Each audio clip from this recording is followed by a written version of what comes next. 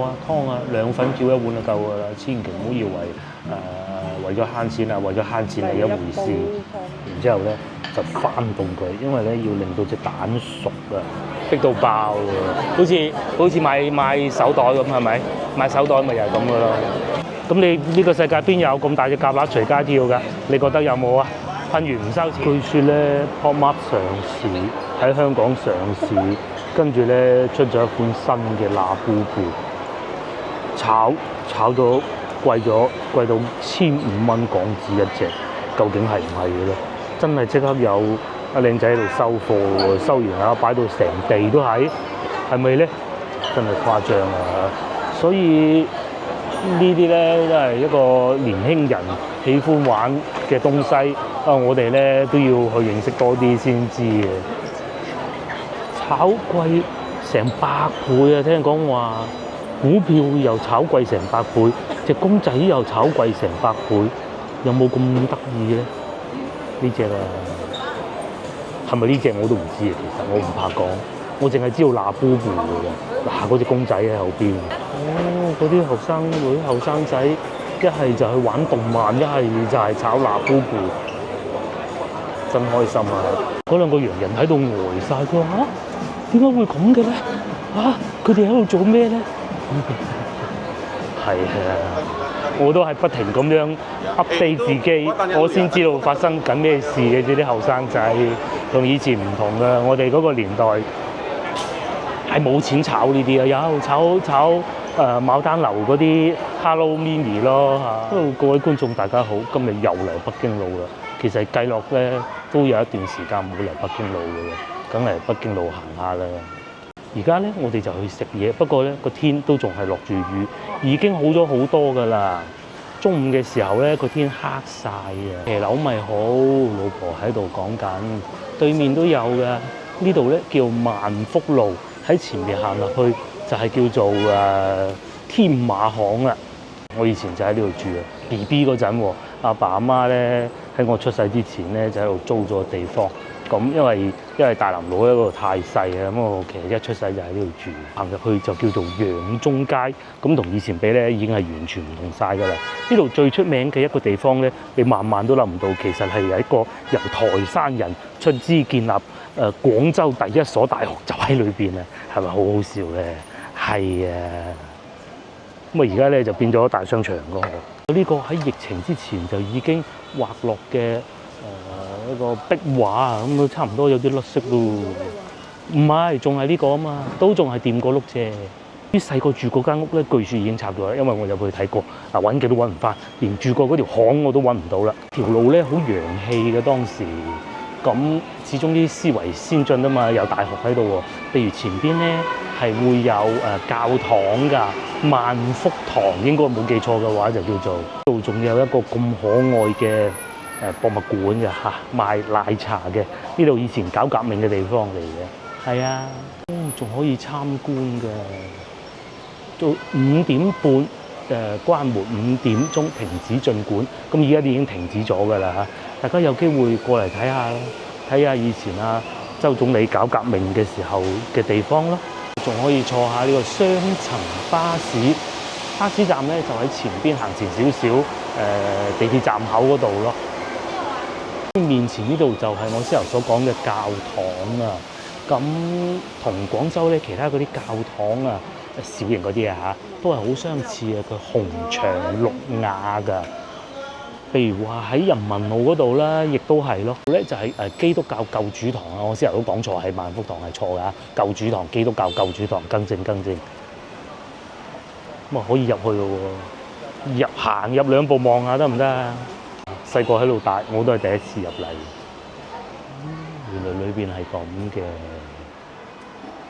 咁啊應該淨係我仲可以入座㗎嚇，仲可以入座嘅。同大家講咧，我細個嗰個幼兒園啊，就係咁樣樣嘅，不過唔係呢間咯。但係咧，而家可能已經拆咗啦，係教堂嚟嘅。咁以我嘅能力咧，我真係冇辦法分辨到佢係天主教定基督教啦。但係好似呢一個嘅，但係即係咧，佢樓底係好高嘅。咁我哋咧啲小朋友咧就可以喺2樓嗰度瞓覺嘅咯。咪有個門係好大嘅，喺大新路嗰度嘅，咁其實都係附近嘅啫。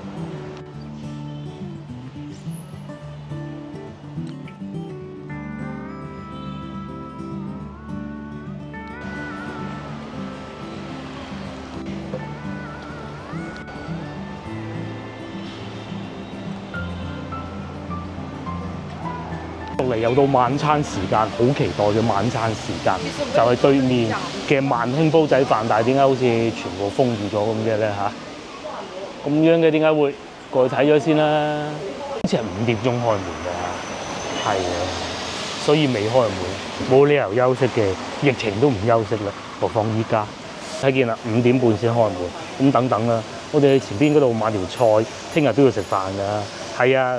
過幾日咧就係勞動節假期啊，咁咧今個星期日咧，聽日星期5啊，聽日星期6啊嚇，今個星期日咧係要翻工嘅。而家行緊呢條路咧叫文德南路啊，咁啊呢度咧又係好多騎樓嘅，咁啊連通咧萬福路同埋珠光路㗎，咁而家珠光路咧多咗好多呢啲好勁嘅樓盤啦。今日咧咪同大家講過，話究竟點樣能夠用到1000蚊，唔包括住㗎嚇，喺廣州能夠生活得到咧？咁當時亦都講過話喺同德圍係能夠做得到嘅，而且平時你仲可以飲茶添，咁梗係唔好飲咁貴啦。但係呢邊咧就難啲啦嚇。呢間屋你估下賣幾錢咧？越秀市中心近北京路，有咁靚嘅樓盤，呢度賣好貴啊！手記得曾經有段時間都成1000，依家起碼都要800㗎啦，係好恐怖。右邊呢棟咧都唔簡單啊，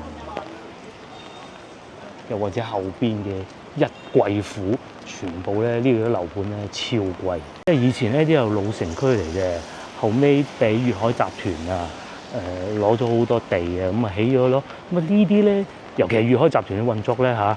呢啲樓咧，其實唔怕賣唔出嘅，佢就咁事實上都好多賣出咗。仲有喺星巴克樓上，大家見唔見到好多燈嗰度咧，係其中一個餐廳都唔錯㗎。應該叫悅道匯，如果冇記錯嘅話，酒樓嚟嘅，我哋食過一次，都幾好㗎。前邊就係珠光市場，我哋都好耐未嚟過啦，有一段好長嘅時間。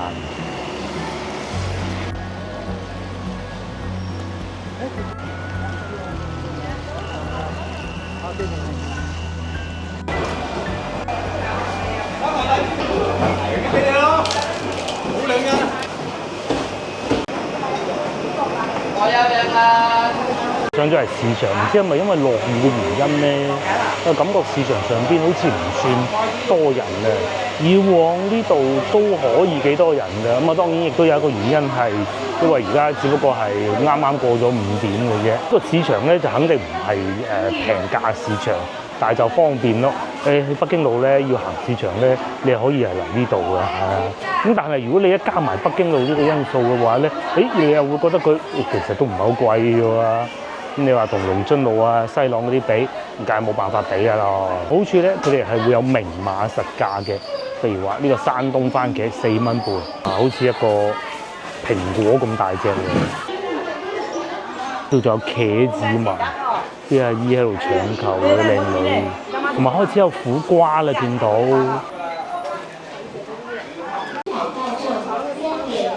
仲有紐西蘭叫索尼亞蘋果，15蚊一斤，靚喎。隔離仲有布冧啊，但係佢冇寫喺邊度嘅咯，都應該都係進口嘅啦，咁大粒恐龍蛋啊，嗰度叫做。有冇啊？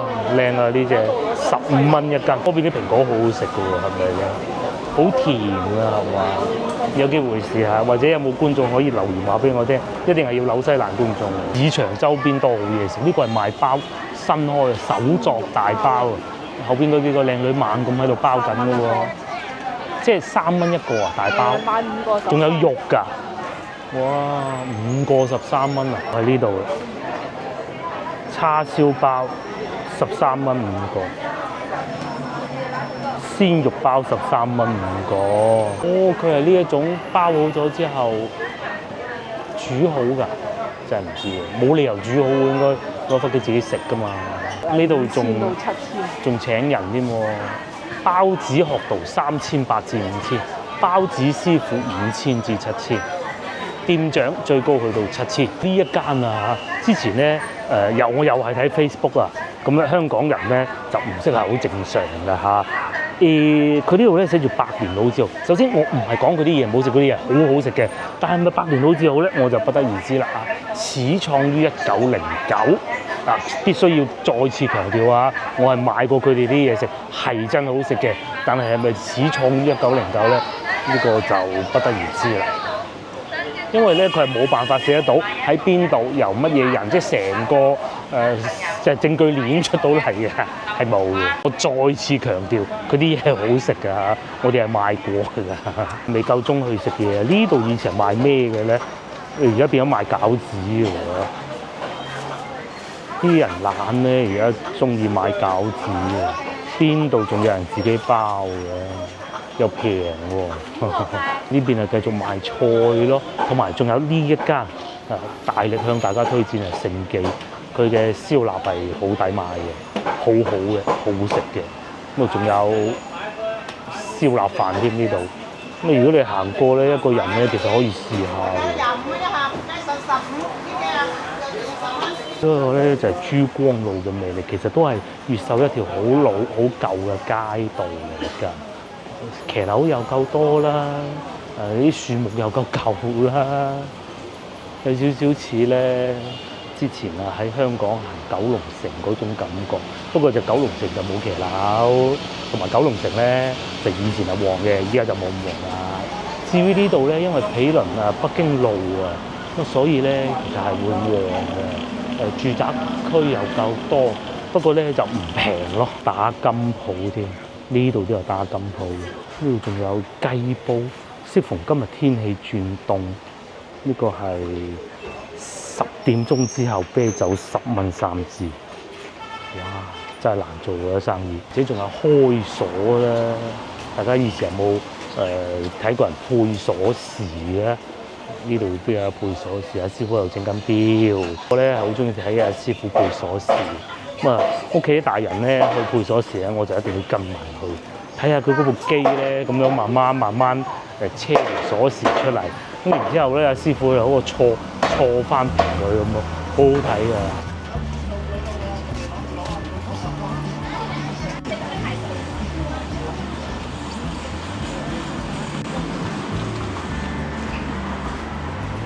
喺附近咧係有2間煲仔飯做得好好。其中一個咧就萬興喺萬福路，講起都流口水。另外一間咧就超記，咁我個人咧係會更喜歡萬興嘅。咁當然啊，超記都不足嘅。咁超記咧就開門會早啲，佢好似全天都營業嘅。萬興咧就5點半開門咯，中午仲要休息嘅，好有趣嘅。咁至於前邊呢度行前少少咧，就係北京路啦，仲有清遠雞粥食喎，餐廳嚟嘅喎，哇！特價29蚊8一份，咁啊白切雞星期5就38咯，仲有燒生蠔添。呢度會咁旺，其實呢度咧以前近太平沙，太平沙就係一個食宵夜嘅聖地啊，係啊，真係聖地啊！咁擺晒出嚟食嗰種嘅咯，所以咧而家即係都仲 keep 得住。個茶樓執咗嘅？唔係，哦呢度好平嘅，呢個係4.5折咯，係啊。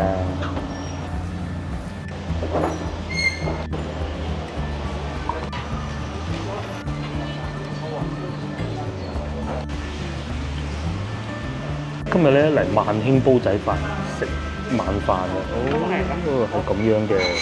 首先咧，我哋係叫咗個湯，個湯咧嚟咗啦12蚊。咁佢有豆腐啦、枸杞葉啦，同埋豬膶嘅。喺度。然之後咧，呢個就係佢價錢啦。咁我就要咗個肉片飯，我最中意食呢個肉片飯嘅。咁啊，再加個窩蛋，窩蛋係2蚊。大家記住個時間，先頭我都記錯咗，呢個就係佢營業時間啦。咁至於呢個係一張相嚟，我影人哋門口嘅啫。晚市5點半啊，千祈唔好早嚟。天氣凍啲，咁咪食臘味啦，臘腸都係20。咁至於最貴應該係黃鱔飯啦，同埋田雞飯。黃鱔飯28，我哋都食過㗎啦，黃鱔飯。咁最平就豬潤啦19，或者我先頭叫嘅肉片啦20。好啊，湯啊2粉叫一碗就夠㗎啦，千祈唔好以為為咗慳錢啊，為咗慳錢係一回事，食唔晒浪費糧食都係好大嘅一個罪過嚟嘅嚇。我中意食佢哋嘅原因咧，佢哋係一種柴火味嘅。唔好講依家，即使講以前嘅銘泰都好啦嚇。咁以前嘅銘泰同呢度比咧，我都認為係呢度好食啲。不過銘泰咧就份量再大啲，平啲，即係實惠啲嚇。差唔多。唔係價錢平啲，價錢平啲嘅佢點都。呢個好食。咁興食煲仔飯咧，一定要點一個湯。有2個原因，第一個係清熱啦，始終煲仔飯咧佢咁樣有啲窿咧，都係食翻啲枸杞葉好啲。尤其呢個時候啊，枸杞葉靚啊。好少。係啊。靚枸杞葉。咁啊，另外第2個咧就係可以浸翻嗰啲飯啊，飯汁。就得好呢個時間嚟啊，更加，因為我點解嚟？而家枸杞葉當造，係啊。先頭我哋行過市場，阿老細啱先我想買枸杞葉，係啊，我哋爭啲想買係未搣嗰種啊，大家都知道枸杞葉係點嘅咧，搣咗佢咁啊貴啲嘅，未搣嘅2蚊半一斤。個老細揸住2條枸杞葉喺個電梯喺嗰度嗌2蚊半啊，快買啦！2蚊半啊，快買！好好笑嘅，好新鮮。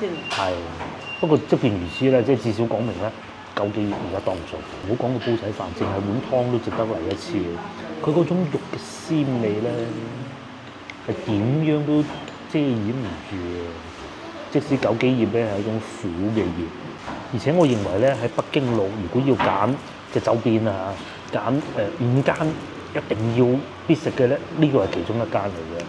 咁啊，仲有炸乳鴿啦，我食過嘅豬腸粉啦。嗰個叫做咩啊？粽都好好食嘅，咁啊同埋仲有幸運樓都好，係啊，北京路我哋最中意呢幾間。要用筷子嘅，佢都摘得好新鮮嘅。有啲摘得唔新鮮咧，呢個位咧好硬嘅。咁啊夾埋啲豬潤。另外咧，你可以要例湯嘅，如果你唔要豬潤嘅話，平啲啲咁多咯，平啲啲咁多咯。哇！等咗陣，我哋嘅飯就到啦。點解我中意食肉片咧？事情係咁嘅。我趁依家夾一嚿俾大家睇啊！佢係柳嗰啲部分嚟㗎，有部分咧仲帶住少少肥嘅添。佢就唔係嗰種醃到好犀利啊！原先好鞋嗰啲肉片嚟醃嘅，呢個好正啊！咧佢原先已經落咗豉油嘅，咁啊客人咧就可以根據自己嘅口味再落少少。睇下邊啊嚇，一定係要睇下邊嘅炸一聲。係，差唔多啦，好啦。夠。煲仔飯咧，第一件事咧係先食啲菜先，因為你撈到亂晒，其實唔啱嘅。必要時你仲可以叫阿侍應姐姐將個煲蓋留低都得嘅。經過多方考慮咧，都係將啲菜畢起佢，然之後咧就翻動佢，因為咧要令到隻蛋熟啊，有一種炒飯的感覺。咁啊，我哋喺廣州都算食過不少煲仔飯店，佢喺我心目中至少依家都仲係排第1位。點解今日嚟咧？因為冷空氣啊，天氣涼爽咗啊，所以咧就過嚟食煲仔飯係啱嘅。如果天氣熱咧，都幾大壓力嘅。不過我都試過啊，其實仲過癮啊，食到成身汗。都要飲湯嘅喎。嗱，佢肉片係真係好好嘅，佢唔係嗰種醃到好多梳打粉嗰種，唔係。至於你話嗰啲米、魚各種配備得好唔好咧，都好。但係更難得嘅咧係個肉片啊。咁另外咧，佢哋嗰啲飯焦啊，係有一種煙燻嘅感覺，煙燻嘅味道。如果講到呢種感覺最好做得嘅咧，最接近咧，認為超記。超記有啲油，但係超記就油咗啲，冇錯。不過都唔係順德嗰啲油。哦，順德嗰啲，因為順德嘅做法係好多油嘅。好多油，個底。份量都唔細喎，北京路周邊連雞蛋都22蚊嘅，22蚊嘅大煲。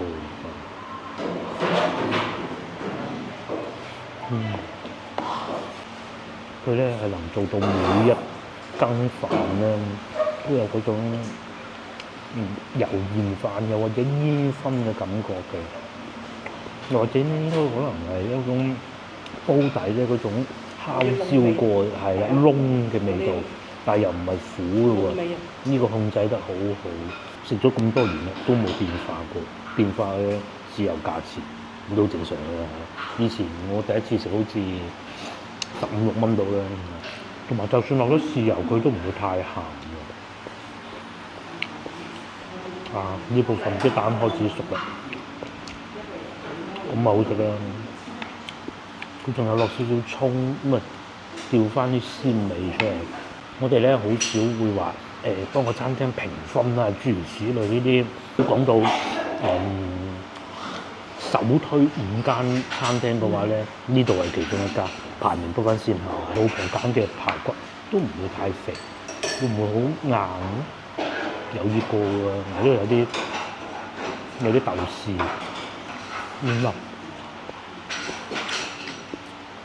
嗰個好多飲茶嗰啲排骨添喎，呢個排骨啊，係啊，又唔會好硬嘅喎，下邊呢啲肉，呢度有啲人肯硬。我唔中意食太硬。咬兩個蚵嗰種。係，我唔中意食嗰種，佢係要用好多油去令到佢產生嘅。冇錯，就係呢一部分。咁你話佢係咪完全可以產起身咧？都唔係嘅，所以咧就要有碗湯啊。到時食到先嚇。終於食到呢個狀態。如果唔係佢好食咧，我已經停手嘅。最期待就係呢一刻。份量冇少過。以前大概10年之前咧，我可以一個人食一煲，再加個湯。依家咧有啲吃力。我哋係2個人加一煲，再加個湯咯，都好多。咁當你啲湯擺咗落去個煲之後咧，就浸佢，咩食到幾多食幾多。咁嚟到而家呢個時間都仲係爽嘅嚇，就犀利。即係唔係好鞋嗰啲飯慢慢浸到出嚟。如果佢係多油嘅咧，咁樣係好難食嘅。我同大家講，佢就係唔多，飽飽真係好。可惜份量太多，自己嘅胃容量有限啊，所以咧翻到嚟慎揀啊嚇。正如上一集即係今朝早所講，其實真係好抵食。係咪？我嘅意思係咧，因為時間有限，觀眾就唔似我哋聽日再嚟食過啫嘛。你食到好飽之後，咁後邊嗰啲嘢咧就得個睇咁咯，就係呢個意思嘅。一定要餓到個頭咁樣再過嚟食咯。交通路線就非常方便啦。對面咧就係先頭所講嘅教堂啦嚇。咁啊再往前行咧就係地鐵站嚟㗎啦，非常方便。仲有好多標字畫嘅，又或者係士多啦，即係便利店啦，就係教堂斜對面啦。佢份量又夠，品質又夠高。品質高，份量夠。仲有咁靚嘅地方啊！如果你話，其實咧我識一間咧有同佢咁啊差唔多質素嘅嚇，不過喺人和嘅，開車去都要9個字，係啊，人和係啊。即係都幾好食下喎。站對面就有呢個咁樣嘅喎，偵探老雞煲喎。天氣一凍咧，廣州人咧就要食呢啲嘢啦。鹽湯1、2、3等落去，哇！下邊真係炭嚟嘅。佢第一次嚟。哇！仲有呢度係有螺絲粉，炒螺絲粉喺廣州唔多喎。我哋喺柳州食過一樣樣嘅，就係呢種啦。下次有機會嚟試下。星路咧越嚟越多嘢食㗎，唔係一定係要話餐廳點餸先好嘅。嗰個雞煲都好吸引嘅，廣州人好中意食雞煲。就喺呢個觀光巴士對面咁啊，你可以咧咁樣嘅坐觀光巴士坐到嚟呢度，一落車，除非你好飽嚇，我相信你唔會飽嘅，因為坐觀光巴士觀光完啦，咁啊直接就過去食。你中意雞煲啊，雞煲，天氣熱就唔好雞煲啊。後邊煲仔飯啊，煲仔飯，平地煲仔飯20零蚊食到你飽，係啊，啱係食到你飽到啊，仲飽過食雞煲。今朝我食咗乜嘢啊？今朝我食嗰個早餐啊，食嗰個粥咧，同埋嗰個油炸鬼係12蚊啦嚇，跟住加埋嗰個11蚊嘅嗰個生煎包咧，咁啊仲貴過呢度啊！哦，未計個湯，仲有呢個以前經常同阿南哥嚟食嘅美榮粉店，冇以前咁火爆啦。曾經有一段時間非常火爆嘅，入到去咧要等位嘅。咪炸雞翼啦，食炸雞翼好。有各位觀眾，如果翻到嚟廣州咧要買水咧，之前就有觀眾教過我哋去香港，梗係揾啲報紙檔買嘅啦。嗱喺廣州咧就其實好多士多都好平嘅，包括我哋先頭去士多裏邊買水都係2蚊一支嘅啫嚇。咁啊呢度都係咁上下啦。哦，士多仲貴喎，唔係報紙檔仲貴啊。喺地頭嘅呢一樣嘢，但係好多時候，就算喺地鐵站旁邊嗰啲士多咧，都係收緊2蚊嘅，或者2蚊半，係啊，西油嗰啲都係2蚊。行入邊咁啊，有啲巷仔裏邊係有㗎啦。咁就便利店，即使係便利店啦嚇，其實都唔係好貴。便利店貴多蚊。貴多蚊啦，3蚊，頂籠3蚊半。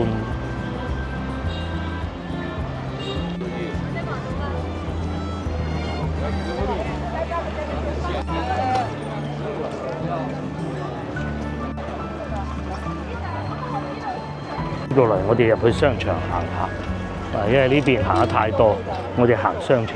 呢個商場都行得過㗎，裏邊都有啲餐廳，譬如話咩陶居啊嗰啲上邊都有嘅，幾靚㗎，個裝修都仲我哋去過咧，因為每層都有餐廳，佢唔俾你話得一層嗰種。係啦，等你啲人行多幾層。冇錯啦，佢哋呢度咧就唔係話將啲餐廳全部擺上喺頂樓，你上去食完就走，咁啊唔係嘅，佢係每一層都有餐廳嘅，咁啊快餐店又有啦。賣錶嘅又有啦，仲有先頭我哋見到嗰啲後生仔喺度排隊買嗰啲盲盒啊，再去睇下仲係咪繼續排隊？呢個食西餐嘅星美樂，單人餐68，意式燴飯，有一杯嘢飲，有個沙律，就係咁咯。一杯嘢飲，一個沙律咁咯。係，地嘅質素都幾高嘅。咁大家如果嚟到北京路行攰咗，想揾個地方坐下飲下嘢，你都可以選擇佢嘅咯。呢度咧繼續排隊，又係嗰個辣布布係乜嘢兔仔嚟嘅啫，我都好想知。抽盲盒啊？係啊，抽盲盒抽15蚊一個港紙，嗰一隻，但係其實邊隻我係唔知。而家啲僆仔咁有錢嘅。係啊，係咪咧？我都唔知，呢個唔係嘅。前邊嗰個先係。買嘢食啊嘛。呢個係買。唔係啊，買。都係盲盒，但唔係辣布布咯。都係盲盒喎。呢個係一個兔仔嚟嘅。講到2大牌子賣盲盒咧，呢個係其中一個。呢個係其中一個。另外嗰個咧就喺前邊嘅。咁至於你話邊間好嘅，其實我都講唔出嘅。以我嘅水平，我係有買嗱，但係咧我根本都分唔到邊間打邊間嘅。咁但係如果講到係體量大，應該係前邊嗰個嘅嚇。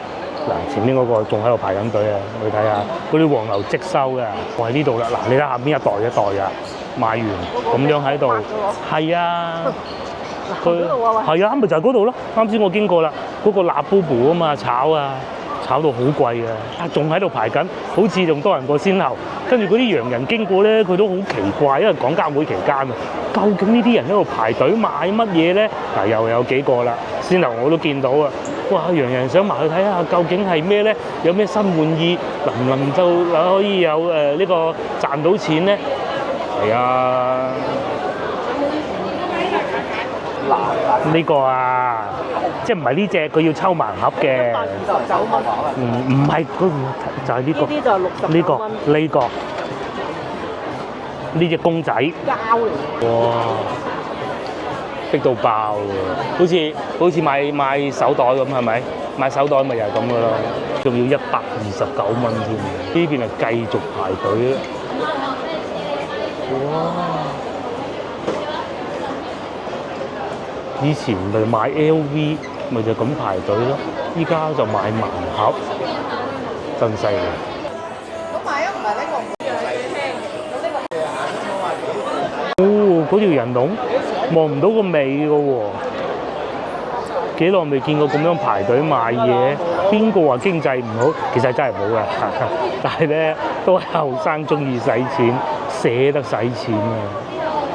你先排除咗一個因素就話買咗之後可以炒呢個原因先啦，你都要有人買先有得炒㗎。你估買茶咩？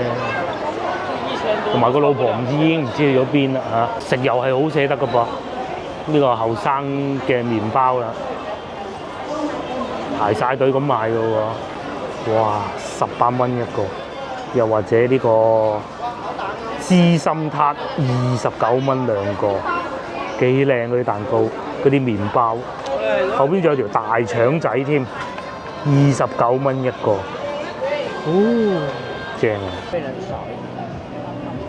反而外邊嗰一堆咧，就真係唔係好掂，係咪？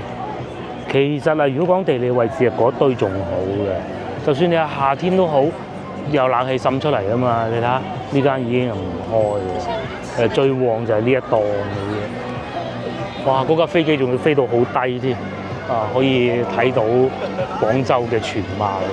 越多企業咧，中國嘅牌子啊登陸資本市場啊，呢個又係啦，啱啱喺美國上市，就係至於升咗幾多跌咗幾多我都唔係好知啊，尤其係呢啲時候眾所周知嘅時候。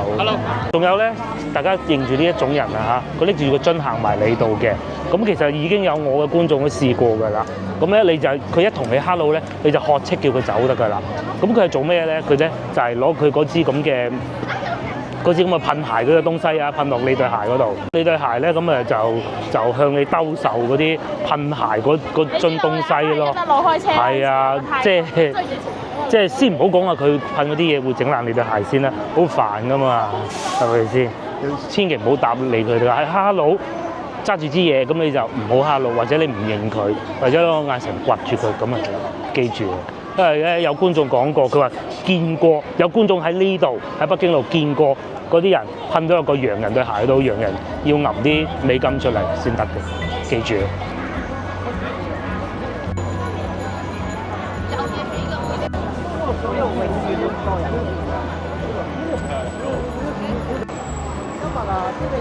呢幾日咧不停落雨，咁然之後咧啱啱好今日天氣凍，撞正星期五晏晝，所以而家特別多人，因為停咗雨啊！哇，喺度咁多人喺度行街喎，北京路前面嗰啲燈籠終於開翻啦！之前有一段時間好似熄咗嘅喎嚇，而家開翻，咁啊肯定唔夠話行花街嗰陣咁多人嘅啦，都算多啊，係啊，而且咧亦都差唔多到五一勞動節啦。呢五一節咧喺呢度仲有食街喎，唔知今年有冇咧？到時我哋五一節咧都會過嚟睇下嘅。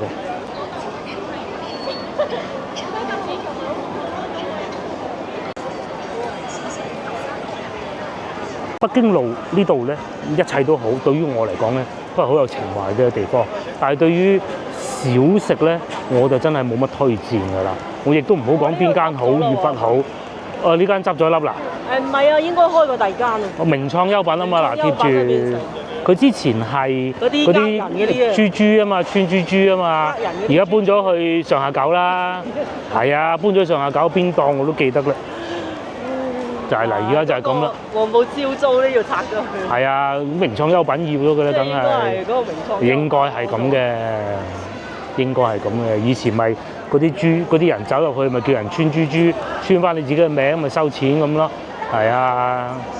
嗰啲燈籠終於開咗。上一次我哋嚟到北京路嘅時候咧，可能佢哋係為咗環保啊原因啦嚇，啲燈係全部熄晒。咁而家交易會嘅啲燈就開翻咯，等下開翻先靚㗎啦。我覺得咧，就算你係平日唔開，星期六啊，即係週末啦，應該都要開嘅。開翻咪靚啦，影相幾好睇。呢度又有賣盲盒㗎啦，係啊，啲後生好中意買盲盒㗎。兩間喎，全部都係一啲嘢我賣。係啊，嗱呢度又係賣盲盒，好好做㗎，賺好多錢㗎。真係，你睇下嗰啲動漫嗰啲啊，周邊嗰啲啊。就係年輕人的經濟啊！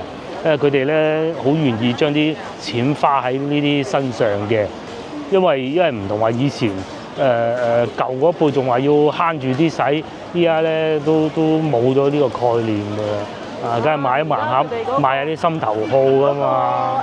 理念啊，唔同咗㗎啦，正常嘅。反而呢個夢想呢度咧，人仲冇咁多喎。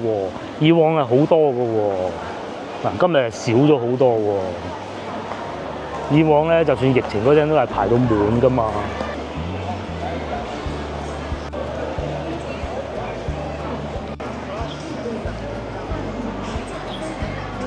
大家介紹一下行北京路有咩做啊？首先咧，喺北京路主路又或者隔離惠福東路嗰啲餐廳咧，除非你係好喜歡食，因為咧其實真係可免則免嘅嚇。好多咧都係做好啊送過嚟嘅啫。咁主要咧嚟到北京路咧係行，去睇下呢條街係點嘅，影下相。如果有夜市，有嗰啲美食節，咁就最好啦。如果有咧，通常會喺呢個位置嘅，但係而家未算係，因為嗰幾檔咧長期擺住喺度嘅。啊，未係嘅，遲過多幾日啦。少咗人啊，我感覺上可能落雨，唔知咩原因啊。哦，我知點解啦，因為咧放假淨係放一日嘅啫嘛，聽日咯。不過佢想整好咧，我有一個意見，湊到每晚固定嘅時候咧，佢裝咗嗰啲燈飾，然之後咧就播音樂，即係好似幻彩詠香江嗰啲咁樣樣咧，你一燈又熄咗佢，搞到好似個 disco 咁。即係南海咪有個餐廳咧，就開場嘅時候咧，老細係播音樂嘅，好響嗰種好似 disco 嗰種感覺嘅，有得搞啊嚇！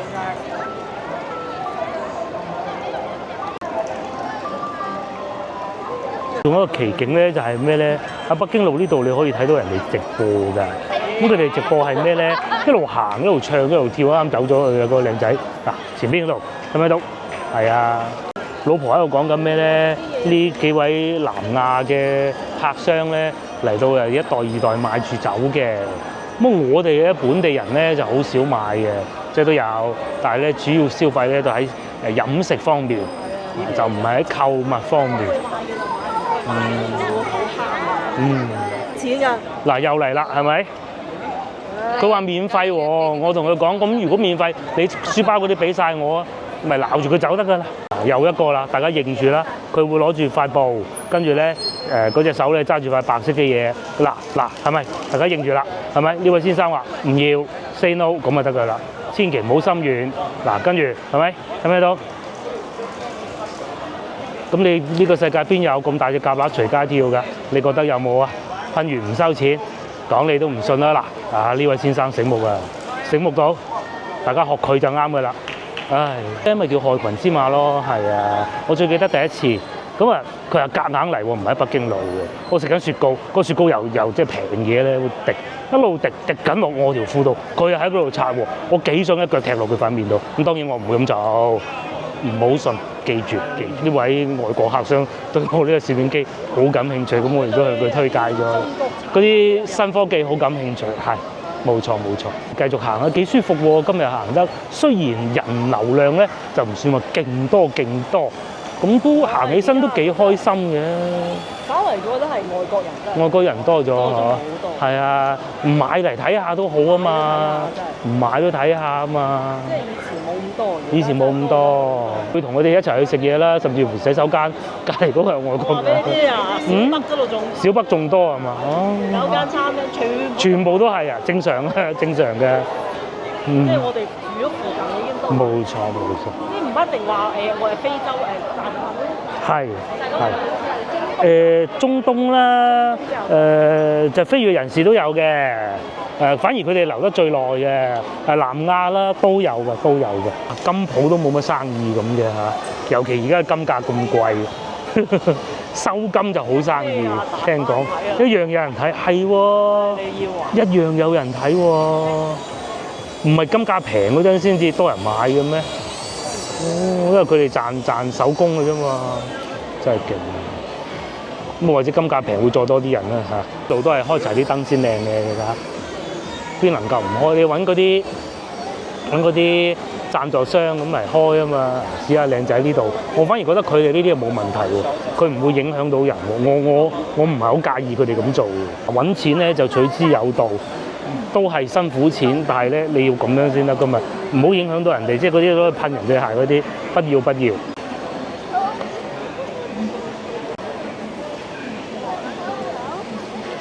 而家多咗好多呢一種。阿爸，咩人啊？即係而家多咗好多呢一信哦，今年係啊，嗰個全運會啊，全運會香港都有會場嘅喎，11月9號我記得啊，香港有會場就喺啟德嗰度啊，即係阿謝霆鋒咧唱演唱會嗰度搞啊，其中一個會場啊，我就必須要嚟睇下呢個啦。呢個咧就係古道遺址，即係以前咧北京路就係咁嘅啦。嗰啲舊街舊巷，當時咪行馬車嘅咯。有冇馬車咧？應該都有嘅。多咗好多外國人嘅，咁係一件好事嚟，好事嚟。其實咧，佢哋都係好友善嘅，唔會話喺度打橫嚟行啊，亂七八糟啊，搞到啲嘢咁。翻啲舊照片啊！舊照片。前面嗰個財廳啊！啊！呢度北京路財廳呢個位置最冇變化。嗯。就係多咗後邊嗰棟。嗯。嗰個叫廣州大廈後邊呢。以前咧呢個位置你知唔知係做咩㗎？呢度以前咧北京路仲未變步行街嘅時候咧，咁我已經搬咗去環市路嗰度住㗎啦。咁咧就喺度等巴士喎。咁啊等唔到巴士，我最記得坐191喺度坐，全部都係人喺度等巴士，好恐怖喎。咁依家梗係唔使嘅，依家有好多方法翻屋企嘅。呢度咧就係健民，之前亦都有觀眾請教過，就話如果有啲藥要買嘅話點辦咧？咁首先我唔知佢買嗰啲藥係唔係能夠正常可以買得到，會唔會係處方？但係如果你要買嘅話咧，嚟健民啊，呢個係國企嚟嘅。咁如果健民都冇嘅咧，又或者佢冇辦法話到俾你聽喺邊度買嘅咧？咁其他地方都冇㗎啦，我可以保證。嚟北京路仲可以買藥嘅，真嘅可以嘅。包括咧嗰陣疫情嘅時候咧，因為佢係國企，佢有佢嘅責任㗎。嚟到呢度咧買嗰啲試劑咧，佢都係買得到㗎咯。你就可以睇埋新大新呢一個嘅廣告牌咯。而家咁啱嚟到係呢個係賣咩啊？我都唔知咩嚟嘅。呢個係賣咩？呢個化妝品。而家化妝品係揾啲男藝人去賣㗎喎。哇！係啊，化妝品，哦，仲有李錦記添，即係李錦記嗰啲豉油都可以上到個天啊，係咪？佢意思係唔知啊，即係太空人上到去都係要食豉油嘅。未結束，仲有排啊，係啊，好多人啊！唉，真係。雖然未知話外國人多過本地人，但係都不遑多讓㗎啦嚇。咁同埋咧，早幾日都發生咗一件不是令人太愉快嘅事情咧，因為嗰個電箱爆炸喺我哋嗰啲附近遠洋賓館啊，嗰邊又係最多嗰啲，好多啊喺嗰度住，咁啊火燭咁梗係要走㗎啦，全部疏散晒落嚟先，嗰度塞車大塞車，塞到不得之了。由朝頭早嗰日朝頭早咧，我係攞隻車去洗嘅，洗完咧我就想攞翻屋企等，咁然之後咧一睇見嗰度大塞車，算啦，停翻公司樓下。塞到係夜晚黑收工，再揸車經過，仲喺度塞緊，真係好恐怖！嗰幾位飛越人士，阿黑哥哥鞋都冇着，企喺下邊等，真係好鬼陰功。有人送翻晚花園酒店買啦。哦，咁啊唔知啦，唔係啊，你花園酒店敷晒啊嘛，唔係話送就得噶嘛。咁我見到佢有擺部大巴喺度，即係俾人坐住先啦，係嘛？攞翻啲行李，酒店肯定要送噶啦，冇得傾噶啦，係嘛？嗱好啦，今集影片到呢度結束啦嚇，下集見。share我影片俾你嘅朋友，同埋幫我點個 like 嘅，拜拜。坐地鐵咧，前邊行落去嗱，呢度大馬站，咁啊繼續往前行就係地鐵站噶啦。哇！先行過呢度咧，我哋仲買咗件衫喎嚇，幾多年未試過喺實體店買衫。支持實體經濟啊嘛，有時候咧好過上網買好多。上網買好。有時候隔山打牛，雖然話可以退啫，但係你煩噶嘛。係啊，其實就係嗰啲人咧，捉你啲心態唔想退。係啦。咁你就算啦。咁你實物就你實物你啊，中意睇到啲料啊，各種啊。冇錯，摸過上手咁咯。所以咧而家賣衫越嚟越咧實體又好快。